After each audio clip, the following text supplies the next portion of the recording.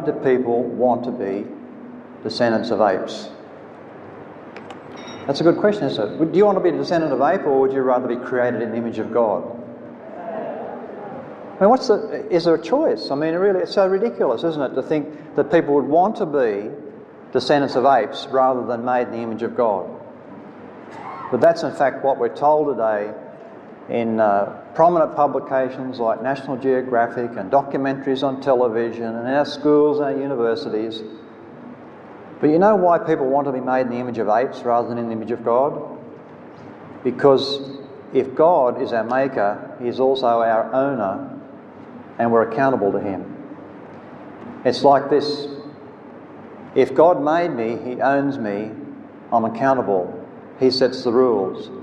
If an ape is my ancestor and everything just made itself from Big Bang billions of years ago, then it follows that we can do whatever we like or whatever we can get away with. Relative morality. And that's what drives the desire to prove that we came from the apes. Because Genesis in the Bible in Genesis tells us in Genesis chapter 1 verse 27 that God said, "Let us make man in our image, in our likeness, and let them rule over the fish of the sea and the birds of the air, over the livestock, over all the earth, and over the creatures that move along the ground." So God created man in His own image. In the image of God He created him. Male and female He created them. Chapter 2 it tells us that God took dust and made a man specially. You know, in the other animals and plants and birds and everything, God just spoke and they came into being. But here it says God actually took dust and made a man, a special creation in His image. Doesn't that give life significance? We're not just animals, we're far more than animals. We are creatures for sure, but we're more than creatures. But the idea that we have apes as our ancestors, I mean, you know, this sort of idea, is this our grandfather? Let's not be sexist, of course, we might have grandmother. Of course, we're probably all familiar with the frauds that have been perpetrated in the name of this story that's floated around the place. I mean, we have Piltdown Man, 1912, based on fractured pieces of a skull, human skull cap, combined with an orangutan's jaw, and it was stained to make it look old. And that was exposed in 1953. So for 41 years, people were taught that Piltdown Man was our ancestor. Do you know what this says? If you find something that seems to suggest that we came from the apes, or anything else that contradicts the Bible, then you should just hang fire a bit, and given time, it will be exposed, because God's word won't be contradicted. And then there was a Nebraska man. It was 1922. There's a picture of Nebraska Man and his companion. I refrain from using the word wife, that's a bit of an insult to women. But all based, as it turns out, on an extinct pig's tooth. Just a tooth, that's all. But we don't want to dwell on the past, let's bring it right up to date. Smithsonian Institution is probably one of the world's top museum institutions, considered at least in secular circles. And let's have a look at what they say about the story of human evolution. You know, mankind's at that end or at the top, and they've got the apes and things back this way, supposedly showing our ancestors. Because what happened before Ardipithecus ramidus there on the left, what happened before this one? Well, let's have a look at some of the things that have been published the last couple of years. We have Eosimius. They got quite excited about this. This is in Time magazine, March 27th, 2000. Here we have our family tree. Here we have a drawing of this creature, and they said it was shy, nocturnal, and had large saucer-like eyes and flitted about the treetops. Now, if you take anything home at all tonight about this talk, I want you to remember that when you see these pretty pictures of creatures that are supposed to be our ancestors, you should always ask the question, that's a nice picture, but what's the evidence? What is the evidence? Well, what they found was a couple of pieces of jawbone. This is it here, and there they are there by the scale. It's actually the size of grains of rice. And it had saucer-shaped like eyes, large saucer eyes, and it was shy and nocturnal and flitted around the treetops. How do you know that from a couple of pieces of jaw the size of rice grains? You don't. It's pure imagination. But this is the sort of nonsense that gets published as the story of human evolution. And then we go on, that was supposed to be 40 million years ago, and then we come down to 7 million years. There's actually rather a shortage of material in this period, even from an evolutionary point of view. And we have Sahelanthropus. Now, Anthropus means ape.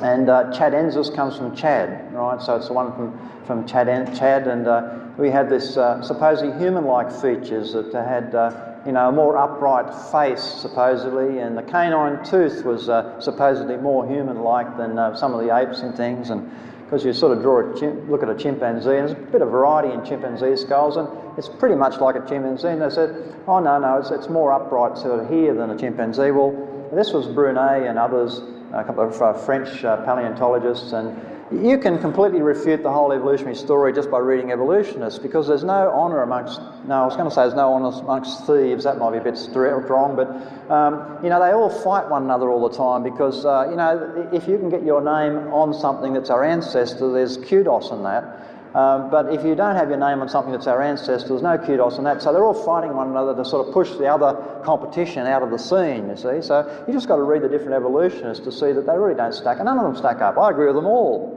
I agree with the ones that knock these ones, and I agree with the ones that knock these ones. They're all right. But they don't see it that way, of course. So they interpret the fossils differently. And they said here there's less slope on the face because it's a gorilla ancestor. It's not actually a human ancestor at all. See, a gorilla has a more steeply shaped face than a chimpanzee. And has smaller canine tooth because it was in a different shape because it was a female. So females and male apes have different shaped teeth, different sized teeth. And it had a massive brow. That's the brow ridge up here. Because it was a quadruped ape, that is, it knuckle-walked, and it had a difficult-to-chew diet. Now, you must remember that statement. It had these prominent brow ridges here because it had a difficult-to-chew diet. That's very significant. No, this is probably quite... I'm not slinging off of this. This is probably quite right. That if you have a difficult-to-chew diet, you can get those strong brow ridges. I have no objection to that. But the point is that they apply this reasoning to this fossil, or the fossil we just saw, but not to some of the human fossils. They say that the brow ridges are something that distinguishes them from modern humans. And also they pointed out that it was not bipedal, that is, it didn't walk upright on two legs because based on the angle of the muscle attachments at the back of the skull that we had a look at before. And so they say, no, this has got nothing to do with human ancestry. And then there's Auroran-Tuganensis, and it comes down to about 6 million years ago, they say, and from the Tugan Hills in Kenya. And they found 13 fossils, this is 13 fossils here, from at least 5 different individuals collected far and near. And its hominid status, that's an ancestor of us, its hominid status is based on a groove, a little tiny groove on the neck of the femur, which is supposed to show it's bipedal or walked on 2 legs, and that's the reason it was our ancestor. It's all very convincing, isn't it? No? Okay, let's get back to the Smithsonian's diagram, which they haven't included any of these things on there. And let's just start at the first one here and work our way across, and it'll get fairly quick at times. Ardipithecus ramidus is the first one. What did they find there? They found these fossils, 11 teeth on the surface of the ground, actually. And 270 metres away, they found these limb bones, broken up limb bones, and then 550 metres in the other direction, they found a couple of bits of skull, and they put it together, and this is Ardipithecus ramidus, our ancestor. Yes, convincing, isn't it? It was initially named Australopithecus, which will come into play in a few minutes, but a few months later was renamed Ardipithecus. And one of the authors here, Tim White, actually features prominently in a lot of these grand claims about scraps and bits and pieces of bone that they find around the place. Can you imagine, how do they know all those bits went together? 270 metres, that's 3 football fields away, and this one here is 5 football fields away in the other direction, and all those bits gathered together. And I mean, we know that, the elbow goes with the arm bone and all that sort of stuff, but I mean, how do they know all that went together? There's no way they could know. And anyway, the teeth actually are very similar to chimpanzee teeth in every way, shape and form. at least the ones that weren't damaged, which was just a few of them. And then we come to Ardipithecus ramidus cadaver. That's a mouthful, isn't it? And what do we find here? We've got all these, well, there's more bones here anyway. This is a more impressive looking bunch of bones. This is year 2001 in Ethiopia. These bones were found, and when you read the paper carefully, you find that the hominid or ape man status was claimed on the basis of a single bone, a single toe bone actually up there. So, but hang on, there's 6 bones there. No, actually there's only 1 bone. The 1 bone is photographed from 3 different aspects, that's okay. But then they also drew the bone from 3 different aspects. So yes, it's sort of a superficial reading of the paper. It looks like there's twice as much stuff there as there really is. This toe bone was actually found 18 kilometres from the rest of the material. Now, it actually gets worse. The other 4 lots of material were collected over locations spread over an arc 15 kilometres long. This guy must have been the first terrorist bomber.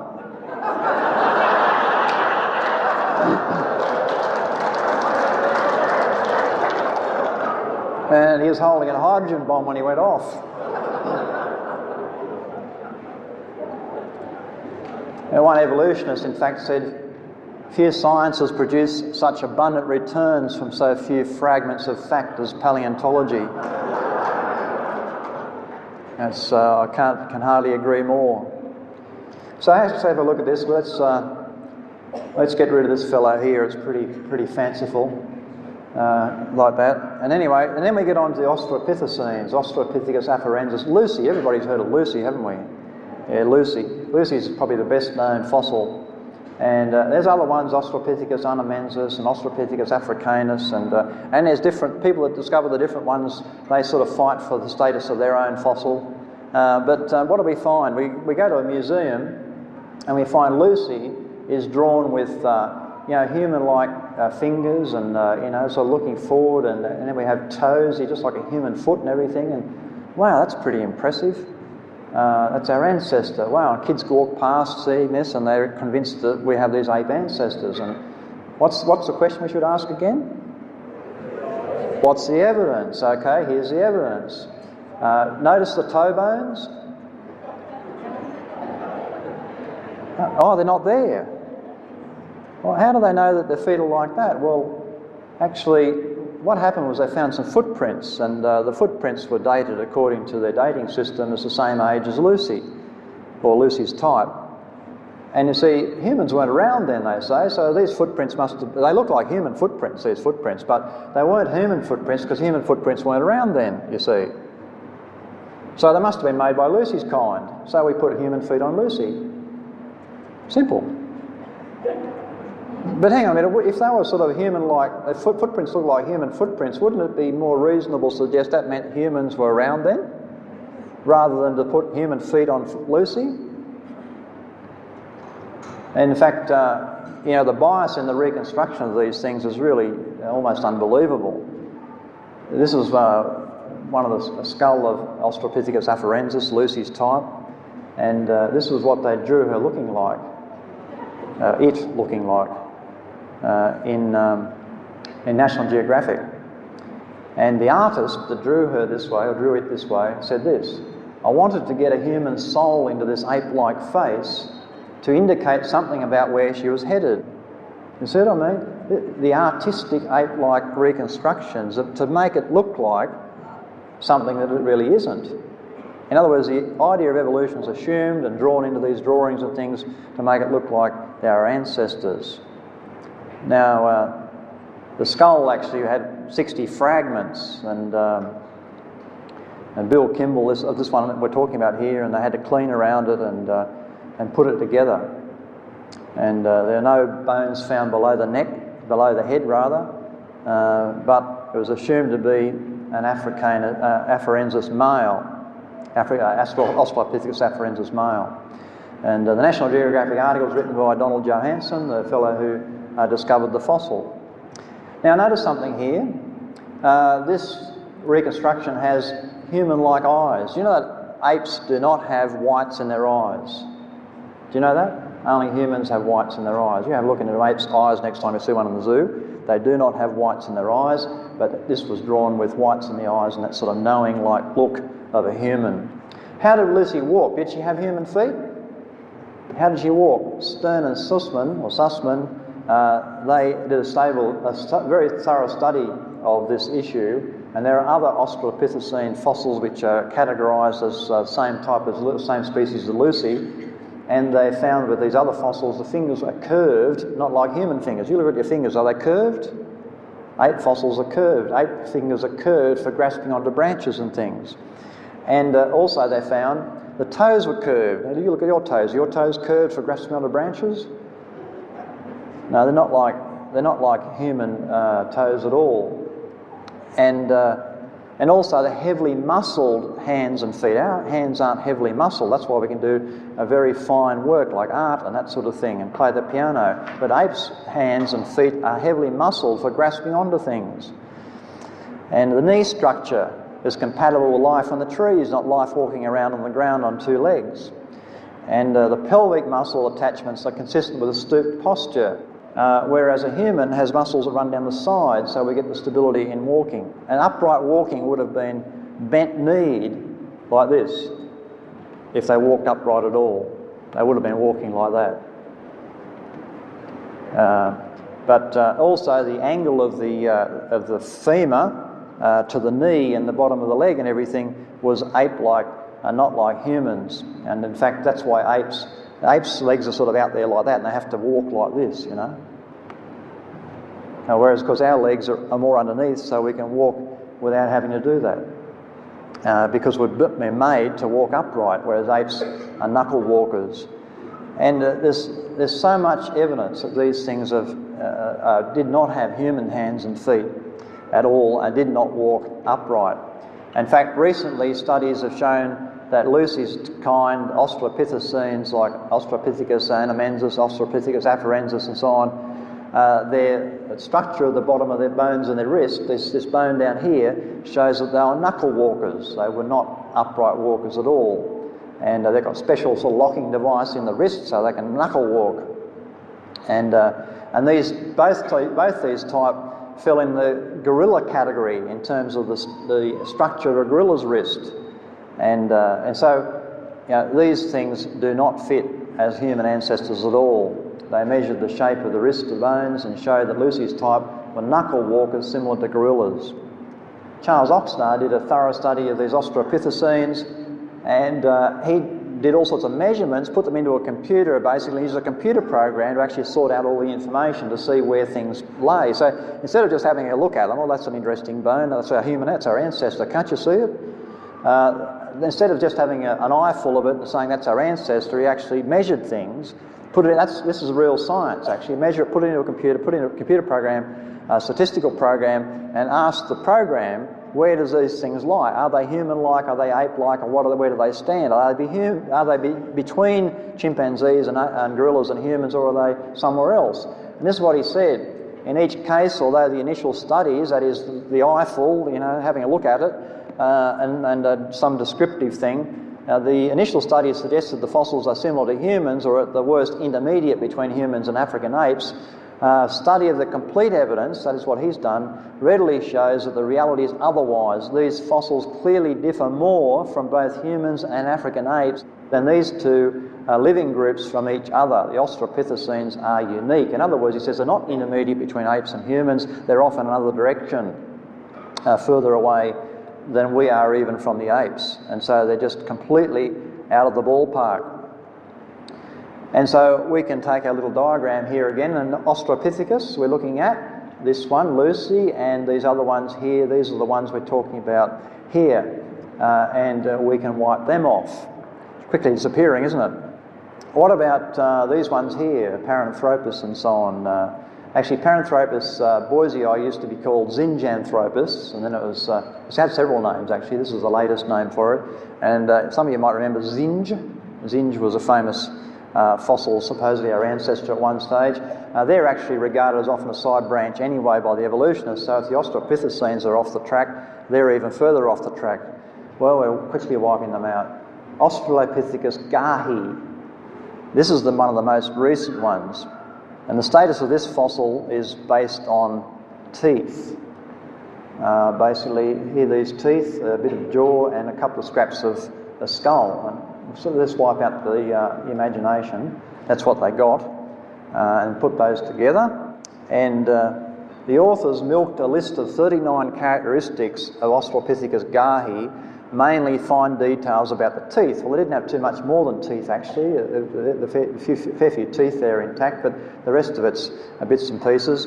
Of those 39 traits, 29 were shared with Australopithecus afarensis, or Lucy, and of the other 10 remaining, 9 of them, and possibly 10, were shared with Australopithecus africanus. A most logical conclusion would be that this creature, based on the scant evidence there is, the logical conclusion would be that this was a hybrid between Australopithecus afarensis and Australopithecus africanus, or one of that kind anyway. But Tim White's not given to slight unexaggeration or lack of exaggeration. He always claims things he finds are our ancestors, because, you see, if they aren't our ancestors, people don't pay for the research. No one wants to see people dig up ape fossils. They want human ancestors, and this is what National Geographic needs to sell National Geographic. Nobody's interested in ape fossils. You need human ancestors, and so virtually everything that's found, it seems, is claimed to be a human ancestor. Well, we can wipe out all the Australopithecines there, and now up to Homo habilis and Homo rudolfensis. But what we're looking about here, they've got dotted lines and question marks here, because they're not real sure about this group at all, about what it all means. But they're definitely our ancestors, you see. What do we find here? The original Homo habilis was described by Louis Leakey, and this is what he found. Again, a few teeth and a couple of scraps of skull and so on, and put them together, and that's our ancestor again. Now widely considered as an invalid taxon. In other words, what they've done, what number of paleontologists reckon has happened, they've sort of put together a whole bunch of stuff like Australopithecine material and even some stuff of Homo, that is man, scraps and bits and pieces, and they put it all together, and it's all in sort of one wastebasket of material, and they've sort of called it Homo habilis, and now they're trying to say maybe some of it's a different thing, Homo rudolfensis, and there's all this confusion about it, but it's definitely our ancestor. And this is an interesting one. This was called Homo habilis, skull 1470. These fancy names actually have a meaning. I mean, KNM is Kenyan National Museum, and ER stands for East Rudolph, as a lake used to be called Rudolph Lake, and so east of Rudolph Lake was found the skull numbered 1470, and it's deposited with the Kenyan National Museum.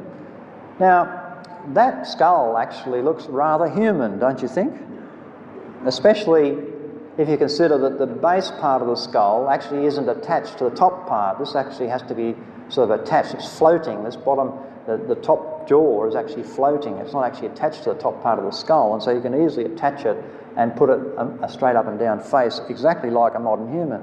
If you put 1470 on this time scale here, which I haven't mentioned, you find it was originally dated to be 2.9 million years old.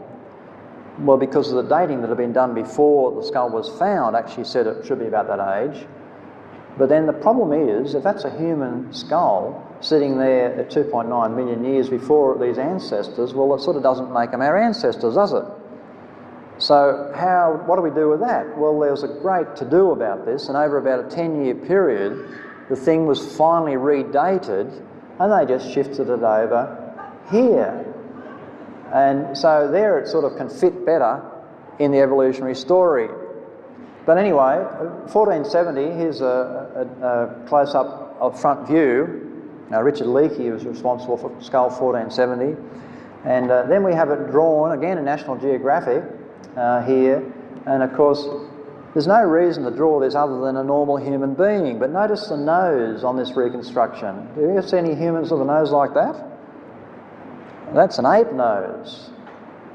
Well, why do you draw an ape nose on a human skull? Well, because it just doesn't fit to have it as a human, a fully fledged modern human. You have to sort of apify it to make it fit. And so we don't know what the nose looked like because the soft tissues are not preserved. But there's no reason to suggest this is anything other than a normal modern human skull. And as I said, also the prognathous sort of face here, sort of pushing out, there's no reason why the jaw can't be pushed back to the normal position for a modern human. Anyway, if you just put a normal nose on her, she wouldn't look too different to some people you see today, even with the attempt to make her look ape-like. This chap here did a detailed study of the pattern of dental development and concluded this. Patterns of dental development of gracile Australopithecines and Homo habilis remain classified with African apes. Those of Homo erectus and Neanderthals are classified with humans. In other words, he says Homo habilis is just an ape. Okay, we also find study of the semicircular canals in the skull, which we use for balance. You know, when we know where we are and upside down, and you tip you upside down and that sort of thing, and you know you're upside down. This is the semicircular canals or the bony labyrinth in our skull.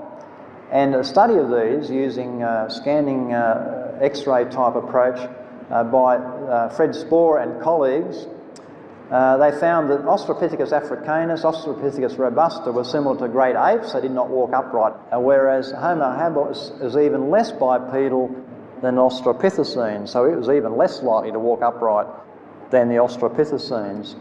And so it's all as clear as mud.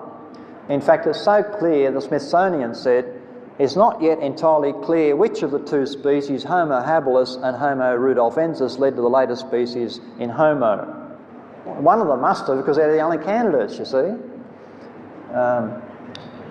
And Bernard Wood, in a summary of some of this material in 1996, said, the most primitive species in our own genus, Homo habilis, Homo rudolfensis, are little advanced over the Australopithecines, that's Lucy's type, and with hindsight their inclusion in Homo, that is our genus, may not be appropriate.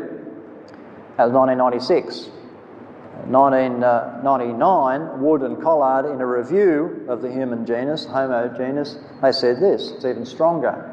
They compared 6 major traits of humanness, things like walking upright and different things like that, and showed that Homo habilis and rudolfensis do not fit into the genus Homo at all. And they said this.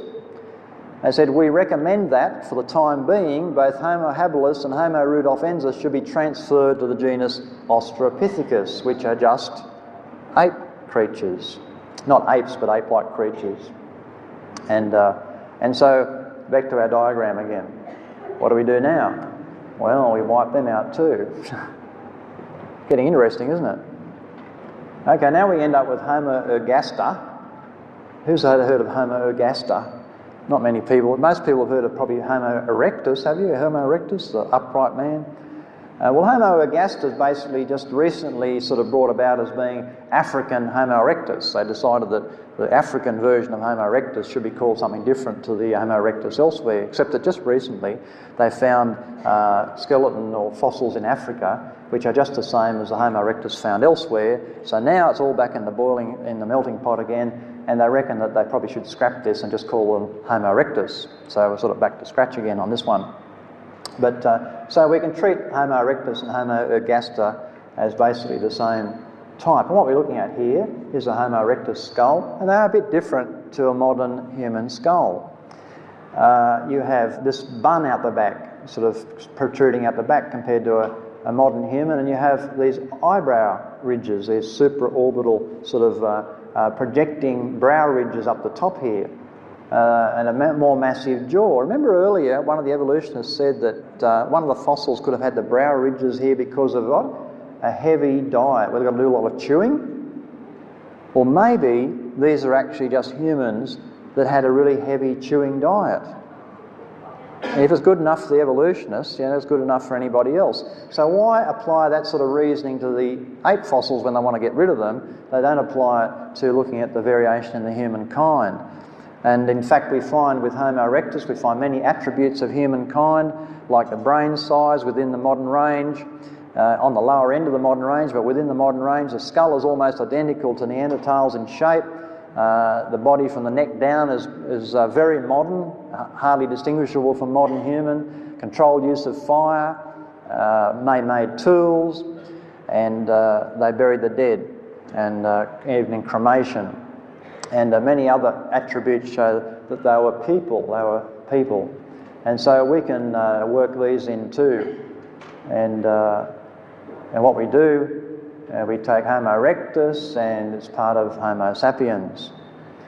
In fact, some evolutionists are admitting these days and recommending this is what should be done. In fact, all the Homo group, barring Homo habilis, should be amalgamated into one and called Homo sapiens. Okay, the next one there that we saw was Heidelbergensis, and this is, most evolutionists don't use this category, but this is one of my favourite examples of imagination. They had this fellow here redrawn, published in the newspapers around the world in 1994 or thereabouts. Found in an English quarry, is dubbed as the oldest Englishman, and this was reconstruction. And if you just took this is the question, of course, is again, where's the evidence? What's the evidence? What did they find? A piece of shin bone. That's what they found. And as I like to joke, how would you like it if in 1,000 years' time they found your remains and all that was left of you was a piece of shin bone, and they did a reconstruction of you looking like that? How would you feel?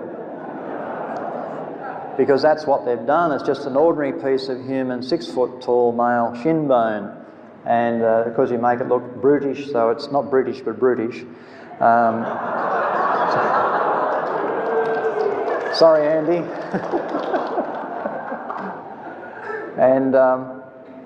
And that's what you do. So this is Heidelbergensis, and he's basically just part of the humankind also, and that leaves us Homo neanderthalensis here. And what do we find there? Well, here's a full skeleton of Homo neanderthalensis, and again, many evolutionists don't regard Neanderthal man as anything other. In fact, many of them call Neanderthal man Homo sapiens neanderthalensis, indicating the closeness to the modern humankind. And reconstructions, many years ago, these were drawn as real stooped over, real ape-like creatures. You could go back through the National Geographic and do a story about this, how they've changed over the years. They've been really rehabilitated to the humankind, and here's there's a skull of Neanderthal. Again, you've got this bun out the back, and you've got slightly more prominent brow ridges than human, and there's some differences there, but it's very human, the skull. And you find the reconstructions now are looking fully human. This is in Die Spiegel, I think, a German magazine. And this is an example here. This is a Neanderthal child drawn by a forensics computer program. So you take the skull of this Neanderthal child and you use a computer program used in forensics to reconstruct the appearance of a person based on a skull. Okay, so again, this is not imagination. It's actually a legitimate scientific process. And what does the child look like? Could be one of yours. It's certainly not an ape man. And of course, all sorts of things. Flutes have been found associated with the Neanderthal remains, and people have claimed that these flutes are just, well, there's all sorts of claims to try and avoid the implication that they had music. And of course, you don't have apes playing Bach, do you? So, not that I'm suggesting the Neanderthals had Bach to play, but you know what I mean. So let's look at our diagram again. We can collapse Neanderthalensis into the humankind, and we have, really, when it boils down to it, we have extinct apes and scraps of extant apes, probably, almost certainly, and Homo sapiens, us, various types, various forms, various variations of Homo sapiens. But that's what we are. That's what we have. The story of human evolution is just that, a story, a just-so story. Now, I like this little summary here of Shreve in Discover magazine, argument over a woman. Everybody knows fossils are fickle, bones will sing any song you want to hear. It's a bit like Taz's account of the radioactive dating. It's not really the evidence that speaks, but it's interpreted to say something. And Richard Dale, the director and executive producer of Walking with Caveman, who saw that BBC thing, he said this: everything is interpretation, and in this case, if you were to gather every piece of fossil evidence on which interpretations about early humans are based, it would fit easily, quite easily, into one small car. Does that mean there are only a small number of human and ape fossils? No, there are lots. But the actual human evolution story is based on very few scraps and bits and pieces which would easily fit into one car. The rest of it refutes the evolutionary story. I like this cartoon. Once upon a time, back in the 20th century, people believed they came from the apes. Maybe. I will praise you, said the psalmist, for I am fearfully and wonderfully made, not evolved from the likeness of an ape, but made in the image of God. Praise God. Thank you.